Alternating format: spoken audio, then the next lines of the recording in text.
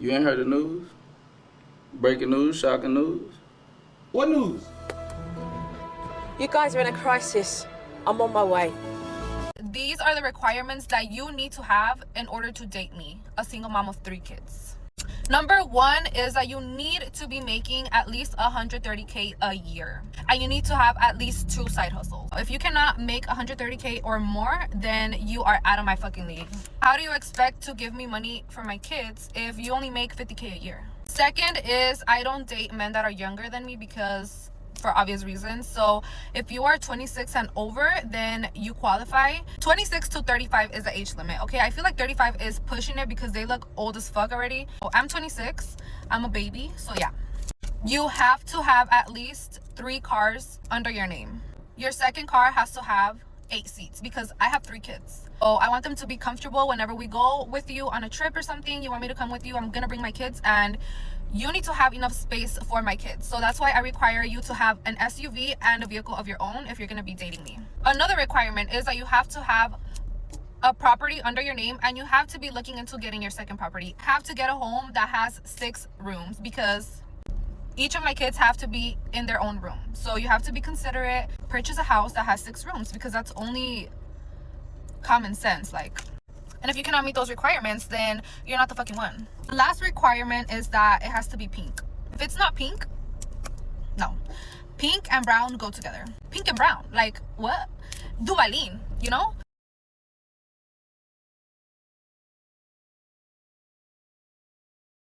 I've been married for more than 15 years. Congratulations. I have been in a side relationship that my husband recently found out about.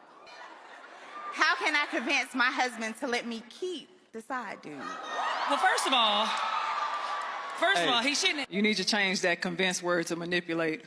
Ooh. We're not gonna play those games right now. You took a vow. You took vows.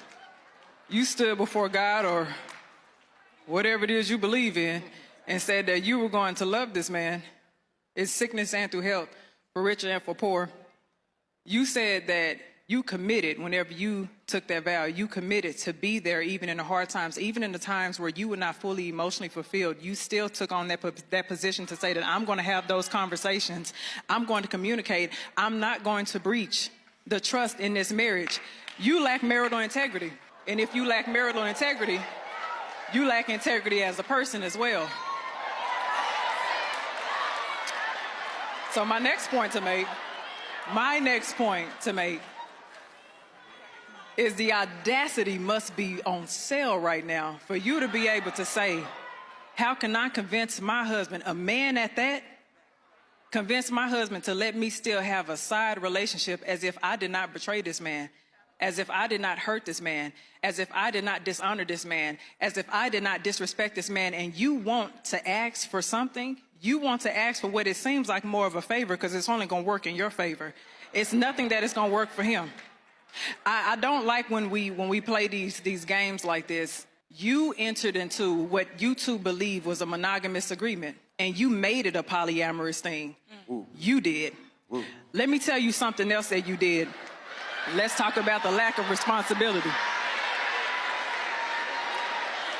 I'm gonna tell you one more thing because I'm sure some other panelists have something to say. This is the problem that I have. Whenever you open up your marriage to something that somebody else did not consent to, if your side piece has depression or anxiety or anything like that, there's a spiritual exchange that takes place when you go sleep with somebody else that you now have invited into your home. So part of the reason why your marriage is not happy is because you were lusting over the fence to begin with. Ooh. You invited that into your marriage. You corrupted your home. The best thing for you to do, because he does have the right to leave you, the best thing that you could do, the responsible thing you can do, is either end that relationship on the side or leave that man alone and let somebody else find him. Clap it up.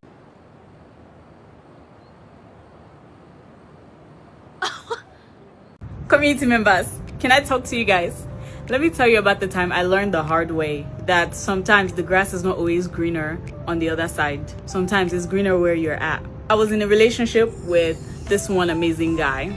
He was pretty much everything that I was looking for, but there were some things that I was complaining about, and those things became bigger issues for me. Mind you, looking back, those things, I could have stayed and worked it out with him, But because one agent of the enemy came out of nowhere and started toasting me, at first I was like, sorry, yo, I have a boyfriend. The guy just continued. Like, it was the way he carried himself. I was like, who is this guy? What does he have to say? Let me just hear him. That's how temptation works. So I heard him. And I was like, this one is more of my type than who I'm dating. So because I do not believe in cheating, I ended up leaving my boyfriend at the time for this guy. Biggest mistake of my life. The biggest. That relationship did not know any road. I didn't know where I was going with my life with that relationship. That relationship made me go astray from what I believed in.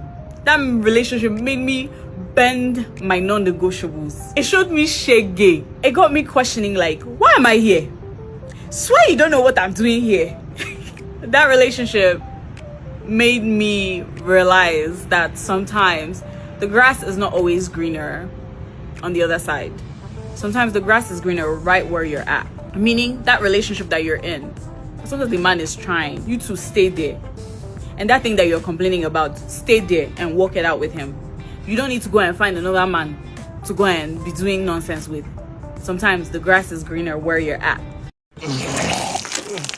Y'all be so quick to call these men who actually trying, not the deadbeat ones, who's actually trying to take care of their kids and do right by their kids. Y'all be so busy giving them a hard time and making their life miserable, but they can financially and mentally provide for these kids. If they take all of the government assistance away from you, can you do the same without the help?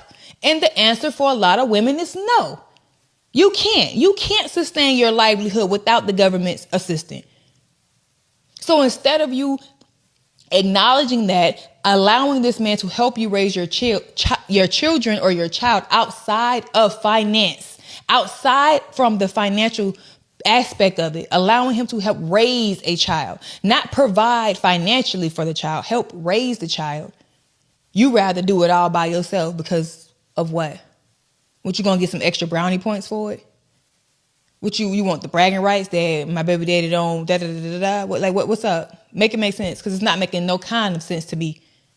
The men that y'all claim don't exist no more, I had that type of man. I had him, and I lost him because I was stupid, foolish, young, immature, possessive, mean, with a nasty attitude, ungrateful, entitled, and ignorant.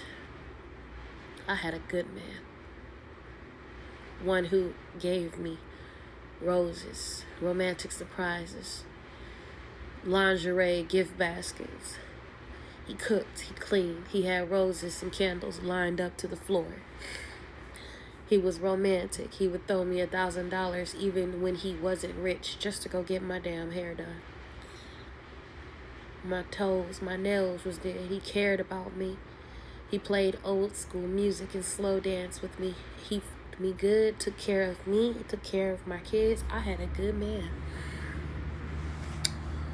And I lost him because I, first of all, was shocked that I even got somebody like that. I had never had nobody like that before.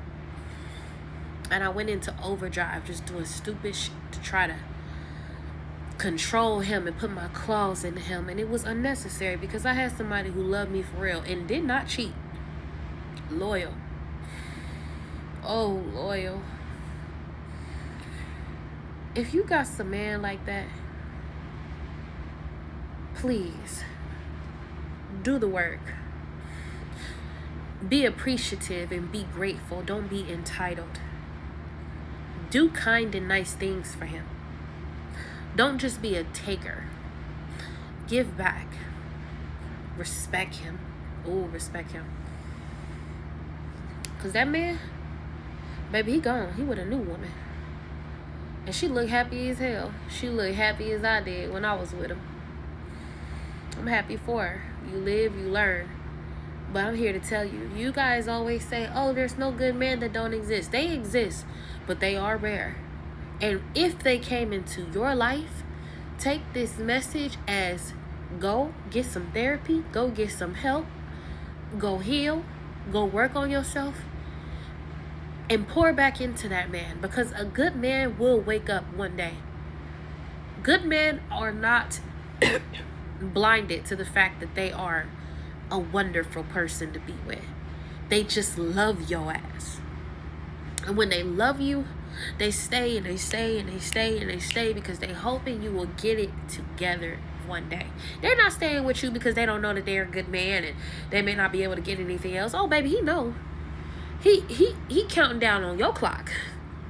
He counting down on your clock. So work on yourself.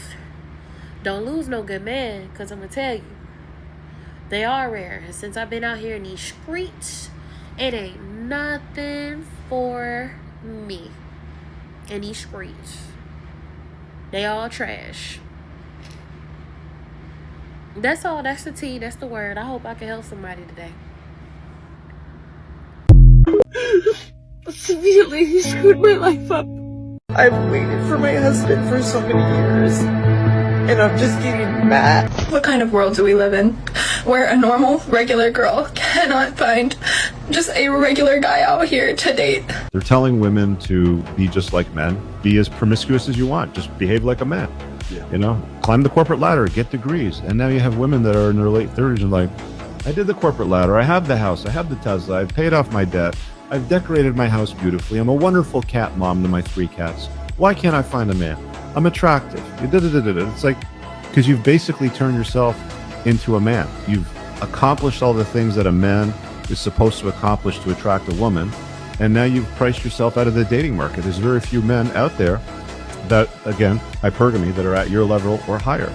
And these guys that are at your level or higher, they're not looking for a 40-year-old boss bitch. They want a 25-year-old hottie that looks beautiful in a bikini. I subscribe to the channel.